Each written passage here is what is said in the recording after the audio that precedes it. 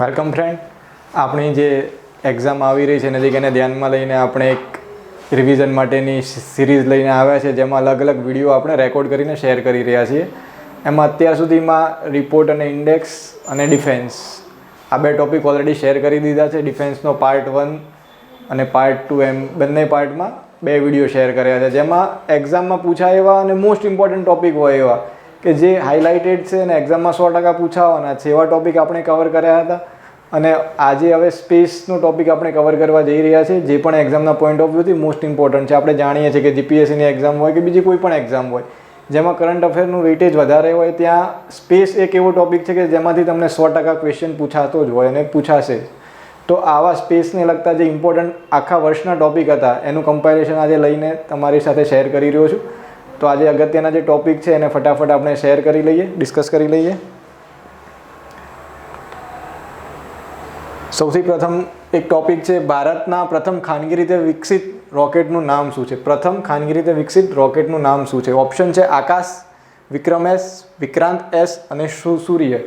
તો સ્પેસને લગતો આ 100% એક્ઝામમાં પૂછાય એવો ક્વેશ્ચન. કેમ કે જ્યાં પ્રથમ શબ્દ મિત્રો આવતો હશે ને એવા દરેક ટોપિક આપણા માટે એક્ઝામના પોઈન્ટ ઓફ વ્યૂથી ઇમ્પોર્ટન્ટ બની જતા હોય છે.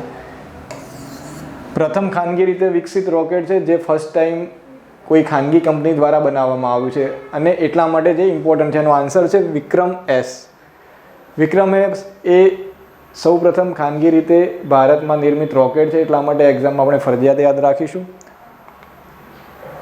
એ કોના દ્વારા નિર્મિત થયું હતું એ પણ ક્વેશ્ચન પૂછાઈ શકે, તો એ બનાવનાર કંપનીનું નામ પણ આપણને ખ્યાલ હોવો જોઈએ. હૈદરાબાદ ખાતે આવેલી એક નવું સ્ટાર્ટઅપ છે જેનું નામ છે સ્કાયરૂટ એરોસ્પેસ. સ્કાયરૂટ એરોસ્પેસ દ્વારા વિક્રમ એસનું નિર્માણ કરવામાં આવ્યું હતું. એમાં 3 પેલોડ સાથે સબઓર્બિટલ મિશન એક લોન્ચ કરવા માટેનું પ્લાનિંગ હતું. એક પ્રારંભ નામનું મિશન ઈસરોના સહયોગથી લોન્ચ કરવામાં આવ્યું છે. ઈસરોની 2 એજન્સીઓ આપણને ખાસ ધ્યાનમાં હોવી જોઈએ, એ પણ વારંવાર ન્યૂઝમાં આવે છે. આપણે ઓલરેડી એનો લેક્ચર પણ લઈ ચૂક્યા છે. એક છે ઇનસ્પેસ અને બીજી છે ન્યૂ સ્પેસ ઇન્ડિયા લિમિટેડ. તો ઇનસ્પેસનું બેઝિકલી કામ શું છે? આપણે જાણીએ છીએ 2020 પછી આપણે સ્પેસ સેક્ટરને ખાનગી ક્ષેત્ર માટે ખુલ્લું મૂક્યું છે. ખાનગી કંપનીઓની એમાં ભાગીદારી વધારવા માટેનું ઈસરોનું આયોજન છે, જેથી જે સ્પેસ એક્સપ્લોરેશનને લગતા અગત્યના મિશન હોય એના ઉપર ઈસરો પોતાની કામગીરી ફોકસનું ધ્યાન કેન્દ્રિત કરી શકે અને જે વાણિજ્યિક પ્રવૃત્તિઓ છે ખાનગી ક્ષેત્ર કરી શકે. તો એવી ખાનગી કંપનીઓ ઘણી બધી તમે ન્યૂઝમાં સાંભળી હશે. ઘણા બધા ટોપિક પણ આપણે કવર કરવાના છીએ જે એક્ઝામમાં પૂછાઈ શકે એવા છે. એમાં એક અગત્યનો સ્કાયરૂટ એરોસ્પેસ, જેને પ્રથમ ખાનગી રીતે નિર્મિત રોકેટનું નિર્માણ કર્યું છે, જેનું નામ છે વિક્રમ એસ. આ બંને નામ આપણે ખાસ યાદ રાખીશું. ઇનસ્પેસ તો ખાનગી ક્ષેત્ર અને ઈસરો એ બંને વચ્ચે જોડતી કડી છે. એનું નામ જ જે છે promotion, Indian space promotion and authorisation centre, જેનું કામ ખાનગી ક્ષેત્રની કેપેબિલિટી, એની ક્ષમતાને ચેક કરવાનું અને સ્પેસ સેક્ટરમાં એ ખરેખર કંઈ નવું કરવા માટેની ક્ષમતા ધરાવે છે કે નહીં એ જોવાનું છે. અને જેના આધારે ઈસરોની જે અવેલેબલ ફેસિલિટી છે એ ઉપલબ્ધ કરાવવા માટે એક જોડતી કડી છે. અને ન્યૂ સ્પેસ ઇન્ડિયા લિમિટેડ પણ સેમ પ્રકારનું ફંક્શન, પણ પર્ટિક્યુલરલી એનો રોલ જે ઈસરોના સેન્ટર્સ છે અલગ અલગ, એના દ્વારા જે સુવિધાઓ પૂરી પાડવામાં આવે છે ત્યાં સુધી ખાનગી ક્ષેત્રની પહોંચ સુનિશ્ચિત કરવાનું છે. તો મેઇન રોલ ઇનસ્પેસનો વધારે અગત્યનો, કેમ કે બંને વચ્ચે જોડતી કડી છે અને જે અવેલેબલ ઇન્ફ્રાસ્ટ્રક્ચર છે ઈસરોનું એ ખાનગી ક્ષેત્રને પૂરું પાડતી સંસ્થા ન્યૂ સ્પેસ ઇન્ડિયા લિમિટેડ. તો આ બંને સંસ્થા વિશે પણ આપણને ફરજિયાત ખ્યાલ હોવો જોઈએ. નેક્સ્ટ ક્વેશ્ચન જોઈએ, એ પણ ખાનગી ક્ષેત્રને જ લગતો છે. કઈ ખાનગી કંપનીએ ભારતનું પ્રથમ ખાનગી રોકેટ લોન્ચ પેડ વિકસિત કર્યું? આગળ વાત થઈ રોકેટની. રોકેટ એટલે એવી ડિવાઇસ કે જે પેલોડનું વહન કરતી હોય, અને લોન્ચ પેડ એટલે એવું પેડ અથવા એવી જગ્યા કે જ્યાંથી રોકેટને લોન્ચ કરવામાં આવતું હોય. જેમ આપણું સતીશ ધવન સ્પેસ સેન્ટર છે શ્રી હરિકોટા ખાતે, ઈસરોનું અધિકૃત લોન્ચ પેડ છે. તો આવું જ એક ખાનગી રીતે નિર્મિત લોન્ચ પેડ કોના દ્વારા વિકસિત કરવામાં આવ્યું? ઓપ્શન છે સ્કાયરૂટ aerospace, Dassault Reliance aerospace, Agnikul cosmos અને હિન્દુસ્તાન એરોનોટિક્સ લિમિટેડ. તો મિત્રો આનો રાઈટ આન્સર છે સી, અગ્નિકુલ કોસ્મોસ. જે રીતે સ્કાયરૂટ એરોસ્પેસ હૈદરાબાદ બેઝડ સ્ટાર્ટઅપ હતું, એમ અગ્નિકુલ કોસ્મોસ પણ એક ખાનગી ક્ષેત્રમાં કામ કરતી કંપની છે જે સ્પેસ સેક્ટર સાથે સંકળાયેલી છે. એના દ્વારા શ્રી હરિકોટા ખાતે આ ખાનગી રીતે નિર્મિત લોન્ચ પેડનું અનાવરણ તાજેતરમાં જ કરવામાં આવ્યું. ઈસરોના ચેરમેન એસ સોમનાથ દ્વારા એમનું લોકાર્પણ કરવામાં આવ્યું હતું.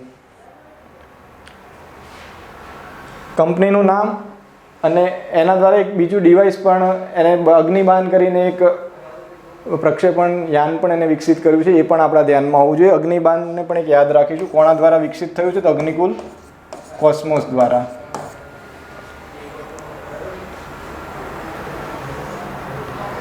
લિક્વિડ સ્ટેટને નિયંત્રિત પ્રક્ષેપણને સમર્થન આપવા માટે આ લોન્ચ પેડ વિકસિત કરવામાં આવ્યું છે અને એનું જે મોનિટરિંગ અને એની જે કામગીરી છે એમાં ઈસરો હેલ્પફુલ થઈ રહ્યું છે. ઈસરોની મદદથી આ કાર્યરત કરવામાં આવ્યું છે.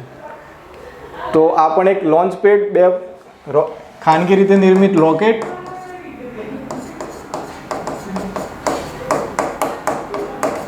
અને ખાનગી લોન્ચ પેડ, બંનેમાં અલગ અલગ કંપની. રોકેટ માટે વિક્રમ એસ રોકેટનું નામ અને કંપનીનું નામ સ્કાયરૂટ એરોસ્પેસ, અને લોન્ચ પેડ અગ્નિકુલ કોસ્મોસ, બંને ફરજિયાત આપણને યાદ હોવા જોઈએ. આ સિવાય બીજી એક ખાનગી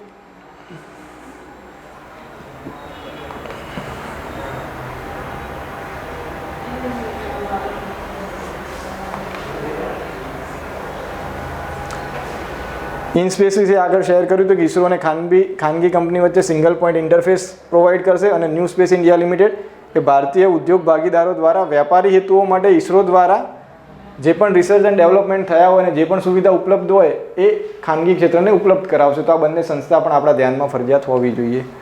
અન્ય ખાનગી કંપનીઓમાં એક ગરુડ એરોસ્પેસ આપણે સાંભળી હશે, વારંવાર ન્યૂઝમાં આવે છે. ગરુડ એરોસ્પેસ જેના બ્રાન્ડ એમ્બેસેડર તરીકે ભારતના ફેમસ ક્રિકેટર મહેન્દ્રસિંહ ધોનીની નિમણૂક થઈ છે. ગરુડ એરોસ્પેસ એ ચેન્નાઈ બેઝડ સ્ટાર્ટઅપ છે અને પર્ટિક્યુલરલી ડ્રોનના સેક્ટરમાં ડ્રોન સસ્તા અને ઇઝીલી પબ્લિક સુધી પહોંચી શકે એમાં અલગ અલગ ઇનોવેશન કરવાના પર્પઝથી ગરુડ એરોસ્પેસની સ્થાપના કરવામાં આવી છે. તો ડ્રોનના ફિલ્ડમાં સંકળાયેલી ખાનગી કંપની ગરુડ એરોસ્પેસ, એ પણ આપણે એક યાદ રાખીશું. આવી બીજી પણ ખાનગી કંપની છે જે આગળ આપણે જોઈશું. નીચે પૈકી કયા ઉપગ્રહ PSLV C-54 દ્વારા લોન્ચ કરવામાં આવેલ છે? ઓપ્શન છે EOS-6 એટલે કે અર્થ ઓબ્ઝર્વેશન સેટેલાઇટ 6, INS-2B, એસ્ટ્રોકાસ્ટ અને ડી ઓપ્શન છે ઉપરોક્ત તમામ. તો એક ઈસરોનું અંતિમ જે સૌથી અગત્યનું મિશન કહી શકાય એવું PSLV C-54 આપણે જાણીએ છીએ, પોલર સેટેલાઇટ લોન્ચ વ્હીકલ, ઈસરોનું પ્રક્ષેપણ યાન જે સૌથી સફળ છે, જેનું ઓલરેડી એક અલગથી આપણે લેક્ચર પણ લઈ ચૂક્યા છીએ. PSLV વિશે ડિટેલમાં જાણવું પણ જરૂરી છે, તો એ લેક્ચર તમે જોઈ શકો છો. PSLV C-54માં 9 અલગ અલગ સેટેલાઇટ લોન્ચ કરવામાં આવ્યા હતા, જેમાં અર્થ ઓબ્ઝર્વેશન સેટેલાઇટ એ મુખ્ય પેલોડ હતો અને બાકીના સહાયક પેલોડ નેનો સેટેલાઇટ્સ હતા. તો આ ત્રણ સાચા જવાબ છે. EOS-6, INS-2B અને એસ્ટ્રોકાસ્ટ આ તમામ PSLV C-54 દ્વારા લોન્ચ થયા હતા. એમાં અર્થ ઓબ્ઝર્વેશન સેટેલાઇટ વિશે જોઈએ પહેલાં. INS-2B શું છે એ કદાચ અલગથી પૂછાઈ શકે, કેમ કે એ અન્ય દેશ ભૂતાન એ બંનેનો, ભારત અને ભૂતાન બંનેનો સંયુક્ત રીતે વિકસિત સેટેલાઇટ છે. તો INS-2B કયા દેશ સાથે સંકળાયેલો છે અથવા PSLV C-54ના માધ્યમથી કયા દેશનો સેટેલાઇટ લોન્ચ કરવામાં આવ્યો હતો તો એ આપણા ધ્યાનમાં હોવું જોઈએ. ભૂતાન. ભૂતાન સાથેના ભારતના સંબંધો પહેલેથી ખૂબ જ સારા છે અને ભૂતાનને અલગ અલગ ક્ષેત્રમાં ભારત હંમેશા મદદ કરતું હોય છે. એના ગુડ જેસ્ચર તરીકે આ સેટેલાઇટને લોન્ચ કરવામાં આવ્યો હતો. એસ્ટ્રોકાસ્ટ પણ એક આ મિશનમાં લોન્ચ કરવામાં આવેલો સેટેલાઇટ જ છે. અર્થ ઓબ્ઝર્વેશન સેટેલાઇટ અને અન્ય 8 નેનો સેટેલાઇટ, એમ ટોટલ 9 સેટેલાઇટ લોન્ચ કરવામાં આવ્યા હતા. એક આંકડો પણ કદાચ ક્યાંક પૂછાતો હોય છે, આપણા ધ્યાનમાં રહેવું જોઈએ. INS-2B જે નેનો સેટેલાઇટ છે, જે ભૂતાન અને ભારતનું સંયુક્ત રીતે લોન્ચ કરવામાં આવેલો સેટેલાઇટ છે. આ સિવાય બીજા સેટેલાઇટના નામ પણ યાદ રાખીશું. એક આનંદ કરીને સેટેલાઇટ હતો, એસ્ટ્રોકાસ્ટ જે આપણે ઓલરેડી ઓપ્શનમાં જોયું, અને આ સિવાય બીજા 2 થાયબોલ્ટ ઉપગ્રહો. તો આ તમામે તમામ ઉપગ્રહોના નામ યાદ હોવા જોઈએ, કેમ કે ઈસરોની જે સૌથી લાસ્ટ લોન્ચ થયેલી જે પણ પ્રક્ષેપણ હોય, જે પણ લાસ્ટ થયું હોય એ એક્ઝામમાં વધારે ડિટેલમાં પૂછાઈ શકે. આગળના પ્રક્ષેપણ વિશે વધારે ડિટેલમાં ખ્યાલ ના હોય તો ચાલે, પણ આ C-54 જે સૌથી છેલ્લું પ્રક્ષેપણ થયું છે એક્ઝામ પહેલાંનું, એ આપણે ડિટેલમાં જાણતા હોવા જોઈએ. તો એ તમામ સેટેલાઇટના નામ આનંદ, એસ્ટ્રોકાસ્ટ, INS-2B, અર્થ ઓબ્ઝર્વેશન સેટેલાઇટ 6 અને થાયબોલ્ટ, આ તમામ નામ આપણે યાદ રાખીશું. અર્થ ઓબ્ઝર્વેશન સેટેલાઇટ શું છે એ પણ ખ્યાલ હોવું જોઈએ, કેમ કે તાજેતરમાં ન્યૂઝમાં રહ્યું છે, સેટેલાઇટના ક્વેશ્ચન પણ પૂછાતા હોય છે. તો અર્થ ઓબ્ઝર્વેશન સેટેલાઇટ એ ઓશનસેટ શ્રેણીનો 3જી પેઢીનો ઉપગ્રહ છે. ઓશનસેટ જે સમુદ્રના અભ્યાસ માટેના ખાસ પ્રકારના ઉપગ્રહ છે જે સમુદ્રની સપાટીનો અભ્યાસ કરે છે, એના તાપમાનમાં થતા ચેન્જીસ, એના કલરમાં થતા ચેન્જીસ, એ બધાનો અભ્યાસ કરે છે અને જેના આધારે આ વેધરની ફોરકાસ્ટ માટે એટલે કે આબોહવા અને હવામાનની આગાહી માટે પણ એ મદદરૂપ થતા હોય છે. તો ખાસ પ્રકારના સેટેલાઇટ છે.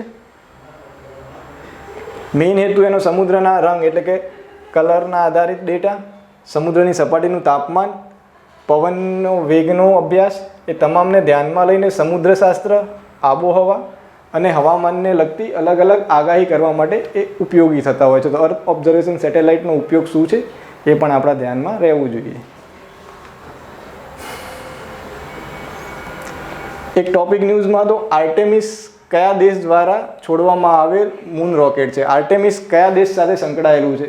એક ખાસ મિશન છે આર્ટેમિસ, કયા દેશ સાથે સંકળાયેલું છે અને શેને લગતું છે એ બંને વસ્તુ આપણને ખબર હોવી જોઈએ. તો એ યુએસએનું મિશન છે જે ચંદ્ર ઉપર ફરીથી માણસ મોકલવા માટેનું પ્લાનિંગ છે, એના માટેનું એ મિશન છે આર્ટેમિસ,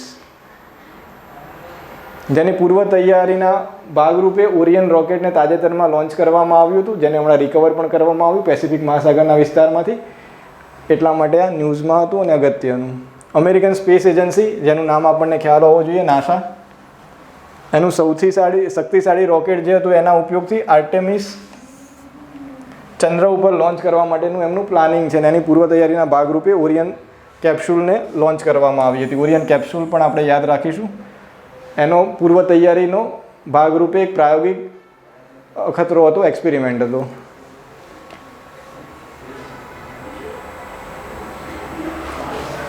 સમાનવ અવકાશયાત્રી કેપ્સ્યુલ જે મોકલવા માટેનું આ મિશન છે.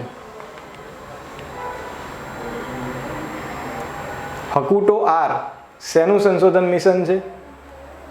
ઓપ્શન છે ચંદ્ર, મંગળ, શુક્ર કે શનિ. અલગ અલગ ગ્રહ છે, એમાંથી કયા ગ્રહ પર સંશોધન કરવા માટેનું આ મિશન છે? નામ હકુટો આર, નામ પરથી ખ્યાલ આવી જાય કે જાપાનીઝ ટાઈપનું નામ છે એટલે કયા દેશનું છે એવો જો કદાચ ક્વેશ્ચન પૂછ્યો હોય તો આપણે ગેસ કરી શકીએ. જાપાનનું આ મિશન છે અને ક્યાં મોકલવા માટેનું છે? ચંદ્ર ઉપરનું. અત્યારે હાલ સૌથી વધારે જો સ્પેસ એક્સપ્લોરેશનમાં ઇન્ટરેસ્ટ ધરાવતા કોઈ ગ્રહ અથવા ઉપગ્રહ હોય તો એમાં ચંદ્ર અને માર્સ એટલે કે મંગળ, આ બંને ઉપરના અભિયાનમાં મોટાભાગના દેશો એક્ટિવલી પોતાના મિશન ચલાવી રહ્યા છે. તો ચંદ્રને લગતા મિશન બધાના ખબર હોવા જોઈએ. આપણું ચંદ્રયાન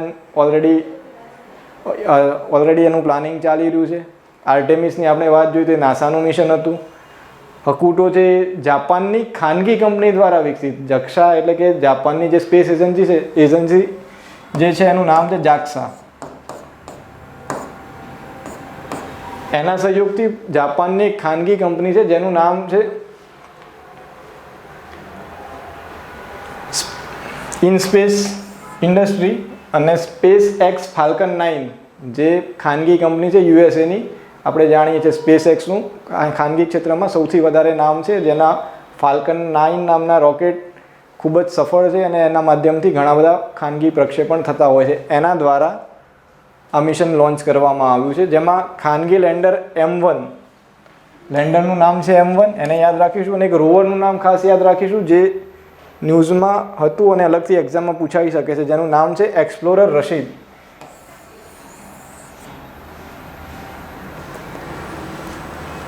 રોબોટિક રોવર અને એક્સપ્લોરર બંને અલગ અલગ ડિવાઇસ છે જેના મદદથી ચંદ્રની સપાટીનો અભ્યાસ કરવામાં આવશે.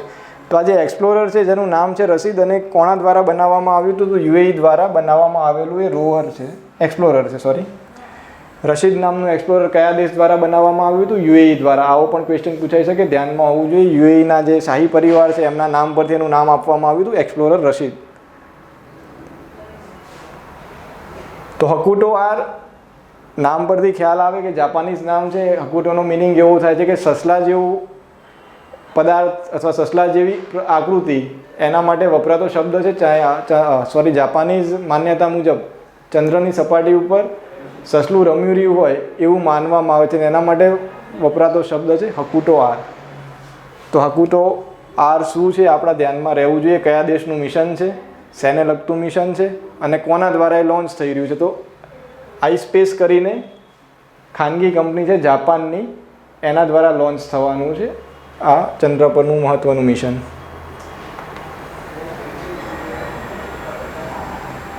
ભારતનો એક સૌપ્રથમ ડાર્ક સ્કાય રિઝર્વ કયા રાજ્ય અથવા યુનિયન ટેરિટરીમાં નિર્માણ પામવાનું છે? ડાર્ક સ્કાય રિઝર્વ એક નવો કોન્સેપ્ટ છે. આપણે લેક્ચર જેણે કોઈ જોયા હશે એમને ખ્યાલ હશે, આપણે ડિટેલમાં ભણ્યા છીએ. ઓપ્શન પહેલાં જોઈ લઈએ: ગુજરાત, રાજસ્થાન, લદ્દાખ અને લક્ષદ્વીપ.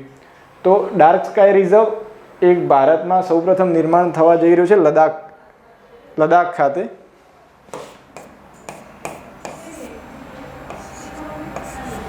લદ્દાખના હેનલે ખાતે.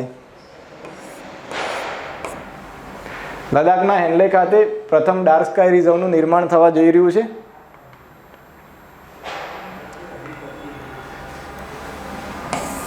ચાંગથાંગ વન્યજીવ અભયારણ્ય આવેલું છે, ત્યાં ભારતનું પ્રથમ ડાર્ક સ્કાય રિઝર્વ બનવા જઈ રહ્યું છે. તો આપણને એમ થાય કે ડાર્ક સ્કાય રિઝર્વ શું હશે? તો એક ખાસ પ્રકારનું રિઝર્વ કે જ્યાં પ્રકાશનું એટલે કે લાઇટનું ઇન્ટરફિયરન્સ મિનિમમ હોય, જ્યાં આર્ટિફિશિયલ લાઇટ્સ ના હોય, ત્યાં આકાશ એકદમ સ્વચ્છ રીતે જોઈ શકાય છે. અને આકાશી પદાર્થોનો, તારાઓનો અભ્યાસ કરવો હોય તો વાદળ રહિત સ્વચ્છ આકાશ હોવું ખૂબ જરૂરી છે. એના માટેનું આ એક અભયારણ્ય છે. એસ્ટ્રોફિઝિક્સ અથવા એસ્ટ્રો ટુરિઝમ એને પ્રમોટ કરવા માટેનો આ એક મહત્ત્વપૂર્ણ ઇનિશિયેટિવ છે. તો આપણા ધ્યાનમાં ફરજિયાત હોવું જોઈએ. એક્ઝામમાં 100% પૂછાય એવો ક્વેશ્ચન કઈ જગ્યાએ બનવાનું છે આપણે ખાસ યાદ રાખીશું. લદ્દાખના હેનલે ખાતે ભારતનું પ્રથમ ડાર્ક સ્કાય રિઝર્વ બનવા જઈ રહ્યું છે. હેનલે અને અભયારણ્યનું નામ પણ એક યાદ રાખી શકે, ચાંગથાંગ વન્યજીવ અભયારણ્ય છે. આ જગ્યા પસંદ કરવાનું કારણ શું? આપણે જાણીએ છીએ કે લદ્દાખ એ એક રણ પ્રદેશ છે, પણ કેવું રણ? ઠંડો રણ પ્રદેશ છે, જ્યાં આકાશ મોટાભાગે સ્વચ્છ હોય છે. એટલા માટે આ જગ્યાની આ પસંદગી કરવામાં આવી છે. અને ત્યાં હ્યુમન ઇન્ટરફિયરન્સ પણ ખૂબ ઓછું છે, માનવ વસ્તી પણ ખૂબ ઓછી છે. પરિણામે ત્યાં પ્રકાશ પણ, આર્ટિફિશિયલ લાઇટ પણ બહુ જ ઓછી છે. એટલા માટે આ સ્થળની પસંદગી કરવામાં આવી છે. સૌપ્રથમ આવું ડાર્ક સ્કાય રિઝર્વ અમેરિકામાં લોન્ચ કરવામાં આવ્યું હતું. એક ઇન્ટરનેશનલ ડાર્ક સ્કાય એસોસિએશનની 1988માં સ્થાપના કરવામાં આવી છે, જે આ બાબતેની ગાઈડલાઇન રજૂ કરે છે. 1993માં Michigan lake Hudson state recreation area ખાતે ડાર્ક સ્કાય રિઝર્વ સૌપ્રથમવાર ડિક્લેર કરવામાં આવ્યું હતું. યુનાઇટેડ સ્ટેટ્સનું વિસ્તાર છે મિશિગન.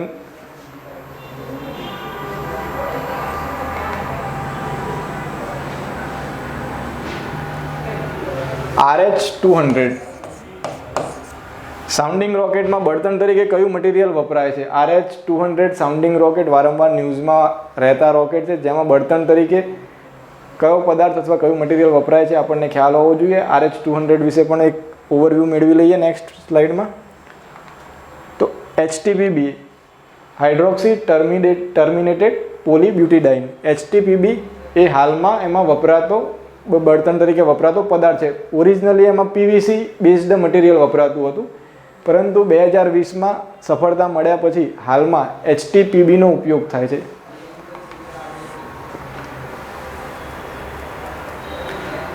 RH-200, RH-350 આવા અલગ અલગ નામ આપવામાં આવતા હોય છે સાઉન્ડિંગ રોકેટને. તો 200, 350 આ બધું શું છે આપણને ખ્યાલ હોવો જોઈએ.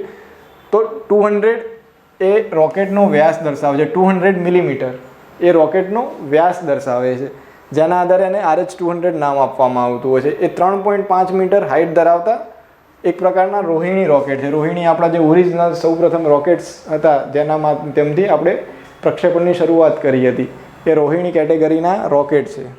ઓરિજિનલી એમાં PVC એટલે કે પોલીવિનાઇલ ક્લોરાઇડ આધારિત પ્રોપેલન્ટનો ઉપયોગ થતો હતો, પરંતુ હાલમાં સફળતા મળ્યા પછી HTPB એટલે કે હાઇડ્રોક્સી ટર્મિનેટેડ પોલીબ્યુટીડાઇન આધારિત બળતણનો કે પ્રોપેલન્ટનો ઉપયોગ થાય છે.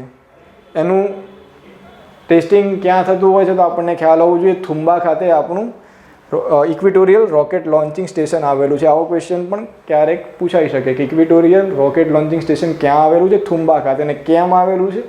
તો મેગ્નેટિક ઇક્વેટર એક ટર્મ્સ આપણે સાંભળી છે. જે રીતે આપણો જિયોગ્રાફિકલ ઇક્વેટર એટલે કે વિષુવવૃત્ત હોય છે, એવો ચુંબકીય વિષુવવૃત્ત હોય છે. ચુંબકીય વિષુવવૃત્તના વિસ્તારમાંથી જો રોકેટ લોન્ચ કરવામાં આવે તો એના પ્રક્ષેપણ માટે પ્રમાણમાં ઓછી ઉર્જાની જરૂર પડે છે. ઓછા બળતણથી વધુ થ્રસ્ટ પ્રાપ્ત થઈ શકે છે અને રોકેટ વધારે દૂર સુધી ઓછી ઉર્જાના વપરાશથી જઈ શકે છે. એટલા માટે ઇક્વિટોરિયલ રિજનમાં આ પ્રકારના રોકેટ પ્રક્ષેપણ સેન્ટર ડેવલપ કરવામાં આવતા હોય છે. તો આપણું થુંબા ખાતે મેગ્નેટિક ઇક્વેટરની ખૂબ નજીક હોવાથી ઇક્વિટોરિયલ રોકેટ લોન્ચ સ્ટેશન આવેલું છે. એ આપણે ખાસ યાદ રાખીશું. સાઉન્ડિંગ રોકેટ બેઝિકલી શું છે? તો એક પ્રકારના સબ ઓર્બિટલ રિસર્ચ રોકેટ પણ જેને કહેવાય છે અને સબ ઓર્બિટલ રોકેટ તરીકે પણ આપણે એને ઓળખીએ છીએ. સબ ઓર્બિટલ વર્ડ પરથી ખબર પડે, આપણે લોઅર અર્થ ઓર્બિટ વિશે જાણીએ છીએ, જે પૃથ્વીની સૌથી નજીક આવેલી ઓર્બિટ છે.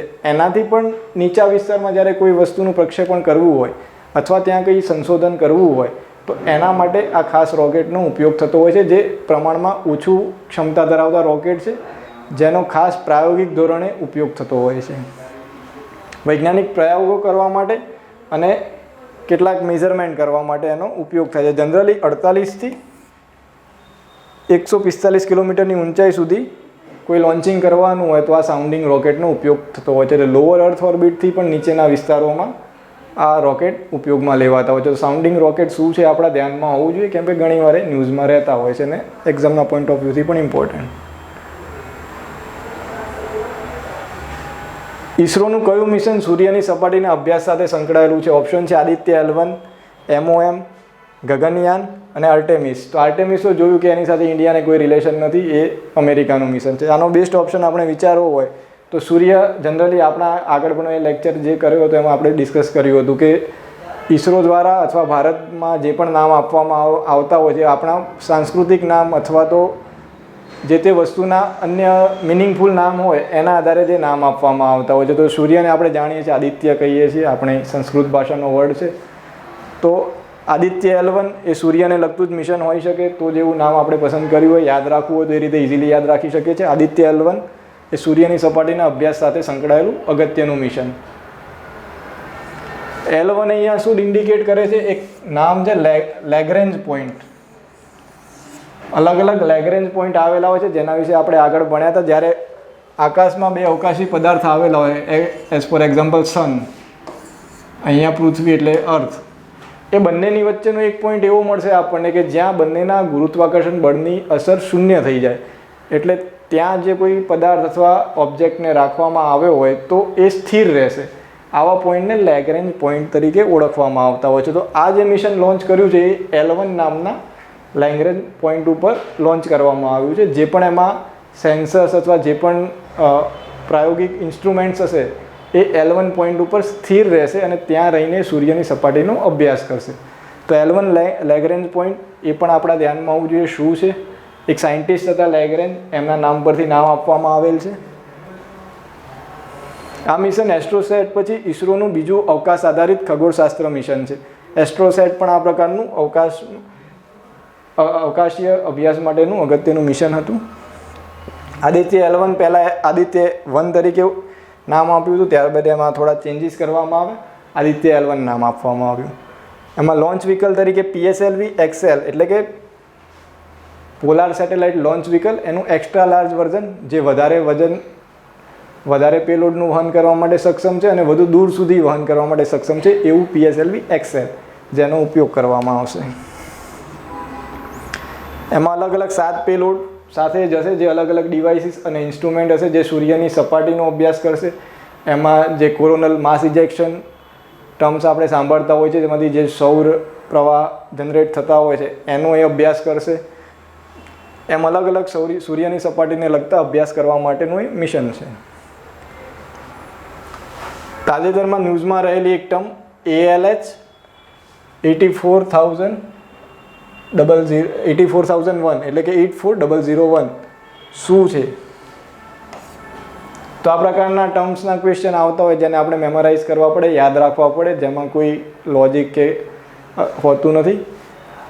ઓપ્શન છે સુપર કમ્પ્યુટર, મિસાઇલ સુરક્ષા પ્રણાલી, ઉલ્કા અથવા આકાશગંગા. ઘણીવાર આપણું જે આકાશગંગા છે એની બહાર આવેલી કોઈ આકાશગંગા માટે આવા શબ્દો વપરાતા હોય છે. કેટલાક ન્યુટ્રોન સ્ટાર આઈડેન્ટિફાઈ થતા હોય એને આવા નામ આપવામાં આવતા હોય છે. અલગ અલગ અવકાશી પદાર્થો માટે આવા કોડ નેમ આપવામાં આવતા હોય છે, અને ડિસ્ટન્સ અથવા બીજા કોઈ પેરામીટરને ધ્યાનમાં લઈને.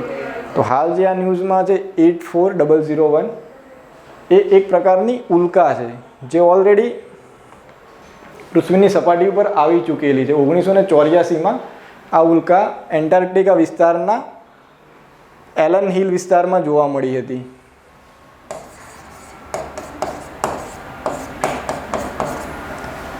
અને હાલ ન્યૂઝમાં એટલા માટે હતી કે રિસર્ચર્સ બધા સંશોધકો અભ્યાસ કરતા હતા અને એમાંથી ઓર્ગેનિક કમ્પાઉન્ડ હોવાના પુરાવા મળ્યા હતા. ઓર્ગેનિક કમ્પાઉન્ડ જે અત્યારે હાલ હોવાનું જાણ થયું એ જે વસ્તુ ઇન્ડિકેટ કરે છે કે ભૂતકાળમાં ત્યાં એવી કોઈ પ્રવૃત્તિ થઈ હશે. કાર્બનિક તત્વો જો જીવસૃષ્ટિનું અથવા પાણીનું અસ્તિત્વ હોય તો જ મળી શકે. તો એ પ્રકારની હિન્ટ આ એક્સપ્લોરેશનમાંથી મળી છે, એટલા માટે ન્યૂઝમાં હતું. 1984માં મંગળ પરથી પૃથ્વી પર આ ઉલ્કા આવી હતી અને એન્ટાર્કટિકાનું એલન હિલ વિસ્તાર જ્યાં એ સ્ટ્રાઇક થઈ હતી. તો હાલ ન્યૂઝમાં આવવાનું મેઇન કારણ એ જ કે એનું જે રિસર્ચ કરતાં સંશોધન કરતાં ખ્યાલ આવ્યો વૈજ્ઞાનિકોને કે ઓર્ગેનિક કમ્પાઉન્ડ એમાંથી મળી આવ્યું છે અને જે ત્યાં જીવન હોવા માટેનું એક સંકેતક છે. તો એટલા માટે આવા બધા ટોપિક ન્યૂઝમાં આવતા રહેતા હોય છે, એક્ઝામમાં પણ પૂછાઈ શકે છે.